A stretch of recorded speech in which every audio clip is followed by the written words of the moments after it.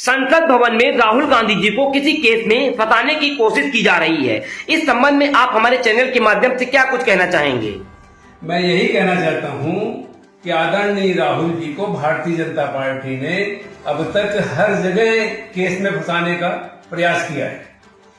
जिस दिन पार्लियामेंट के अंदर राज्यसभा में अमित शाह जी बाबा साहेब भीमराव अंबेडकर जी के बारे में अनादर किया था उनका, उसके अगले दिन हमारे सांसद करीब 15 सांसद जो है जो प्रतिमा लगी हुई है वहां पर संसद भवन में, वहां से वो लोग मान्य अर्पण करके और उनके सम्मान में यात्रा निकाले पैदल संसद भवन में घुसने के लिए।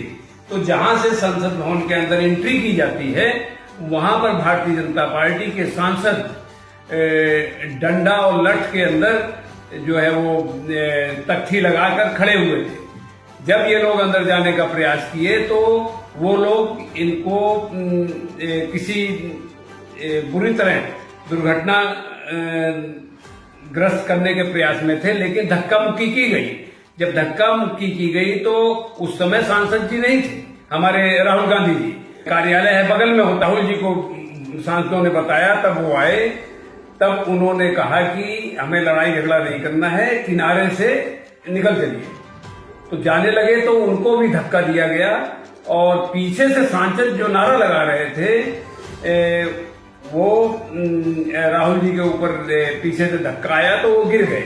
जब गिर गए तो फिर वो संभाले अपने आप को, और इनका जो सांसद जिसको आईसीयू में इन लोगों ने एडमिट कराया है, वो सांसद जो है जब उसका बयान लिया आपके विभाग वालों ने, मीडिया वालों ने, तो वो सांसद कह रहा है कि राहुल जी की कोई गलती नहीं है, राहुल जी आ रहे थे, पीछे से लोगों ने धक्का दिया, तब वो हमारे ऊपर गिरे। तो उस समय जब कैमरे में दिखाया गया वीडियो के अंदर, तो वो सांसद जो हैं जिनके चोट आई है उनके यहाँ पर पट्टी लगी हुई थी हल्की सी। उसके बाद दिखाया गया कि पूरी पट्टी लग गई है बहुत पूरे सर में, फिर पूरा सर बंधा हुआ दिखाया। तो कहने का मतलब यह है कि वो जो सांसद हैं उनकी दिन पे दिन चोट वो बढ़ रही थी, समय समय जैसे घंटा घंटा बीत रहा था तो समय बढ़ता गया, तो उनकी पट्टियां भी बढ़ती गई शरीर के अंदर। ये बात नहीं समझ में आई। तो अब उनका सांसद खुद कह रहा है कि किसी की कोई गलती नहीं है। तो जो भारतीय जनता पार्टी के लोग हैं वो उनको आईसीयू में पहुंचा दिए।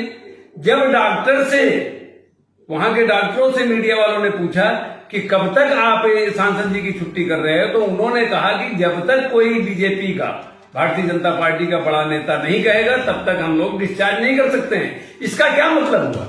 इसका मतलब है, अच्छा, उन लोगों ने आदरणीय राहुल जी के खिलाफ जाके पार्लियामेंट थाने में रिपोर्ट लिखाई है, कई केस दर्ज कराए हैं।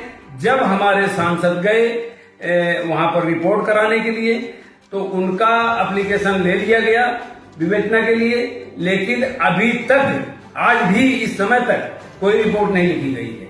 उसके लिए टीम भी बना दी गई है जांच के लिए संसद की। भाई कहीं पर दिखाएं तो कि राहुल जी ने अगर उनको चोट मारी है या धक्का दिया है तो सीसी कैमरा पूरा लगा हुआ है। पहले वाली पार्लियामेंट भी नहीं है, या आदरणीय मोदी जी की बनाई हुई पार्लियामेंट है, हर जगह सीसी कैमरे लगे हुए हैं, पूरा कैद है, ऑटोमेटिक कैमरे हैं वहां। तो वो सीन तो दिखाएं जहां राहुल जी ने धक्का दिया है उनको या मारा है।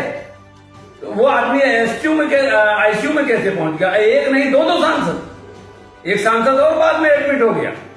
तो कहने का मतलब यह है, ये भारतीय जनता पार्टी का ये काम है, ये इसी तरीके से करते रहते हैं। और जो है इनका काम जो है वो करने दीजिए। हमारे राहुल जी जो हैं वो देश की जनता के हित में काम कर रहे हैं। वो उधर रिपोर्ट लिखा रहे थे। कल हमारे आदरणीय राहुल जी जनता से मिल रहे थे, कारोबारियों से जाके मिल रहे थे वहां के दिल्ली के अंदर। वो इन चीजों की परवाह नहीं करते हैं, क्योंकि उन्होंने देश के विकास के लिए काम करना है, देश की जनता के लिए काम करना है। अच्छा, जो राहुल जी से एक बार मिला है या उनके बारे में जानता है, वो अच्छी तरह जानते हैं कि राहुल जी किसी को धक्का मार ही नहीं सकते। धक्का मारना तो दूर, वो सबको गले लगाते हैं। उनके पास मोहब्बत की दुकान है, ना कि नफरत की। नफरत की दुकान तो इनके पास है। और मैं ये कहना चाहता हूं कि वहां पर तो जो केंद्र कर रहा है, कर ही रहा है। हमारे प्रदेश अध्यक्ष जी को निर्देश आया, प्रदेश अध्यक्ष जी ने निर्देश दिया है कि 24 दिसंबर को बाबा साहेब की हर जिले के अंदर, जो जिला मुख्यालय है हमारे कांग्रेस के, वहां से जिला मुख्यालय जो है कलेक्ट्रेट, वहां पर जाएंगे हमारे जिले के कार्यकर्ता और उनको एक ज्ञापन देंगे। राष्ट्रपति को संबोधित रहेगा वो ज्ञापन। उस ज्ञापन में लिखा रहेगा कि इनको जो है हमारे आदरणीय जो गृह मंत्री हैं अमित शाह जी, उनको तत्काल बर्खास्त किया जाए। बाबा साहेब के खिलाफ जो उन्होंने बयान दिया है, अपना वक्तव्य दिया है, उसको वापस तो ले ही, देश से माफी तो मांगे ही, लेकिन माफी से इनको छुट्टी नहीं मिलेगी। इनको जो है बर्खास्त किया जाए। इस तरह का ज्ञापन हमारे जो है 3500 जिलों के जिला अध्यक्ष के नेतृत्व में जिला मुख्यालय में जाकर डीएम को, जिलाधिकारी को ज्ञापन दिया जाएगा और ताकि जो है उस पर राष्ट्रपति महोदय कार्रवाई कर सकें। इसी तरह जो ज्ञापन दिया जा रहा है, इसके साथ ही इसी तरह 25 दिसंबर को, 24 को तो हमारा कार्यक्रम हो ही रहा है, 25 दिसंबर को पूरे देश के दलित, जितने भी दलित उत्थान के लिए जो एनजीओ हैं या संस्थाएं बनी हुई हैं, वो सब 25 दिसंबर को ज्ञापन देंगी और इनको आदरणीय जो हमारे गृह मंत्री हैं, उनको जो है बर्खास्त करने की मांग करेंगे। 25 दिसंबर को सबसे बड़ी बात यह है कि हमारे बाबा साहेब डॉक्टर भीमराव अंबेडकर जी, उन्होंने एक महासत्याग्रह किया था। उस सत्याग्रह के अंदर 1927 को, 25 दिसंबर 1927 को वहां पर उन्होंने मनुस्मृति की प्रतियां फाड़ दी थी। तो इसीलिए जो है ये एक बहुत बड़ा दिन है। मनुस्मृति का जो है हम लोग जो है उसके विरोध में ये कार्यक्रम करेंगे और हम जो भी एनजीओ या संस्थाएं कार्यक्रम कर रही हैं, हम उनके साथ हैं। बहुजन समाजवादी पार्टी की अध्यक्ष मायावती ने प्रदेश के सभी मुख्यालयों पर अमित शाह के खिलाफ 24 दिसंबर को प्रदर्शन करने की घोषणा की है। इस संबंध में आप हमारे चैनल के माध्यम से क्या कहना चाहेंगे? देखिए, ये तो बड़ी खुशी की बात है कि वो प्रदर्शन कर रही हैं, करा रही हैं अपने जिला अध्यक्षों से या अपने कार्यकर्ताओं से। लेकिन उन्होंने ये भी कहा है, ट्विटर पर हमने पढ़ा है उनका, उन्होंने ये बयान दिया है कि 24 दिसंबर को जिला मुख्यालयों पर वो प्रदर्शन करेंगे उनके कार्यकर्ता। और साथ में उन्होंने ये भी कहा है कि अमित शाह जी जो बाबा साहेब के खिलाफ बोले हैं, उस पर वो माफी मांगे। लेकिन मैं ये कहना चाहता हूं कि माफी क्यों मांगे? माफी मांगना तो उनका काम है, वो माफी मांग लेंगे, क्योंकि वो हर जगह माफी मांग लेते हैं। अभी किसानों का जो धरना था, 700 किसान मार दिए गए, साल भर परेशान रहे किसान, और हमारे देश के प्रधानमंत्री जाकर वहां उन्होंने कहा शायद हमारी तपस्या में कोई कमी रह गई और इसलिए मैं माफी मांगता हूं, मुझसे ये गलती हो गई जो हमने ये कानून बनाया।